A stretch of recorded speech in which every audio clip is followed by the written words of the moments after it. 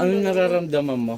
Ako po matagal na po eh. Pakilakasan po yung Matagal na po yung nararamdaman ko pa. Pupunta akong doktor, wala naman lagi. Walang findings, okay. Yung huli po, lagi masakit ulo ko. Yung dito, sinimpito ko laging parang maninigip na ganun lagi. Oo, kasi sa mabutihing doktor, ako naniniwala din ako sa doktor eh. Kasi ang doktor, nakapag-aral yan, no? May librong hawak yan.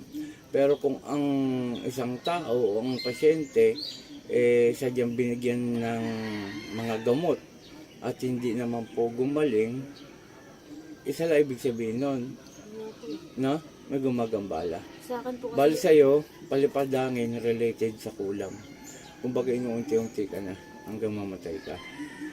Okay? So ganito, no? Bilang isang manggagamot, salamat at nagtungo kayo sa akin. Ibibigay ko yung best ko na way gumaling ka. Pero ang magpapagaling sa'yo, hindi ako.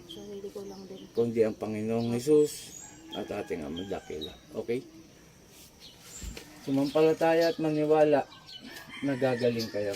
Papo dito. Ganito lang o ganyan. Sandal yan. Ay, tanggalin mo yun. Kalok. Gumanon lang ako. Okay, sige. Ang isang tao, kapag walang kulam, palipadangin, demonyo o engkanto, abutin tayo ng December dito, hindi ka masasaktan. Pero kung ang isang tao may karga, isang ipit ko lang nito, papel lang. Talagang masasaktan ka. Okay?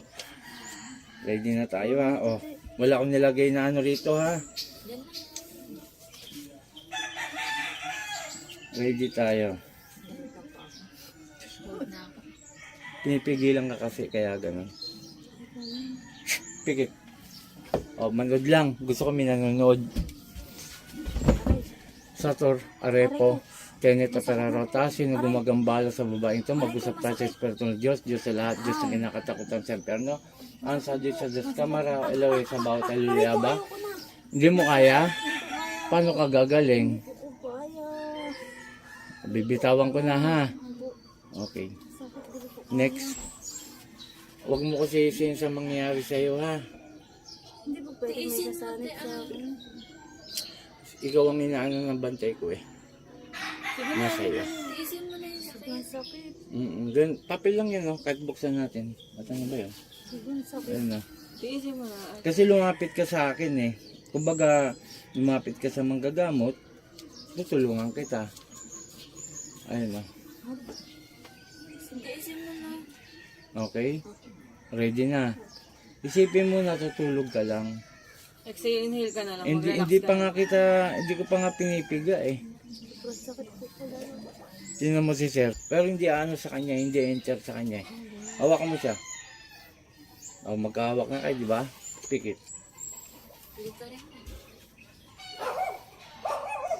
Ayun na, masakit oh. Puh! Oh, sumasakit. Pero hindi papasok sa kanya. Sa'yo papasok. Pikit. Satur, Arepo, Tenet, Opera, Rotas. Puh! Saint Verbum Caropactum is designum crossex DNMX Celestial Veranos Noster Inimini Patris Spiritus Sancte. Amen. Kung sino gumagambala sa babaeng ito, mag-usap tayo sa Espiritu ng Diyos. Diyos sa lahat, Diyos na kinakatakutan sa impyerno. Ang sa Diyos sa Diyos Kamara, Eloe sa bawat aluliyaba. Ela, Puh! Pasok! O, tatanggalin mo na to. Tatanggalin mo na. Tatanggalin mo na. Huwag kayong kulam ng tao, ha? Nagkakaintindihan? Kanina pa kita nakikita eh. Sige, dalawang kamay pababa. Alisin mo yan. Sige, mi. Tanggalin mo. Kakilala mo lang to, di ba? Di ba? Ha? Sige, baklas. Huwag mo pipigilan. Sige, tanggal. Pumapasok na eh. Sige pa. Sige, gagaling to? Opo. Sige pa. Huwag kayong tira ng tira, ha? Sige, tanggalin mo lahat yan. Ayoko sa lahat yung tinitira niyo yung mga tao. Walang ginagawang masama eh. Sige pa. Tanggalin mo. Anong wala na? Meron pa oh. Wala na po. Meron pa. Tanggalin mo lahat yan. Ibabalik ko lahat, nilagay mo rito. Ha? Nakakaintindihan? Sige, tanggal. Ito. Sige pa. Sige. Walang magbibitaw ng pangalan. Sige pa. Gagaling na to. Opo. Ngayon mismo ha. Opo. Nagkakaintindihan. Opo. Kilala mo ko hindi. Hindi po. Hindi. O magpapakilala ako ha. Samantalang itong sinaniban mo, siya pa nag-text sa akin na humingi ng tulong. Ako si Apo Chalim, taga Sambales. Ayoko inanin yung mga tao ha. Opo. Nagkakaintindihan. Sige pa. Dalawa kayo eh. Sino po? Sige pa. Baklas. Baklas. Yung ano po? Meron pa. Meron pa. Sige pa. Wala na po. Gawa lang natin ng paraan kasi nahirapan to eh. Panginoon kong Isus sa amin dakila, mingaw na basbasan niya, balik ko inilagay sa babae ito. San ni Patrick Sakmek. Ay ko! Atal!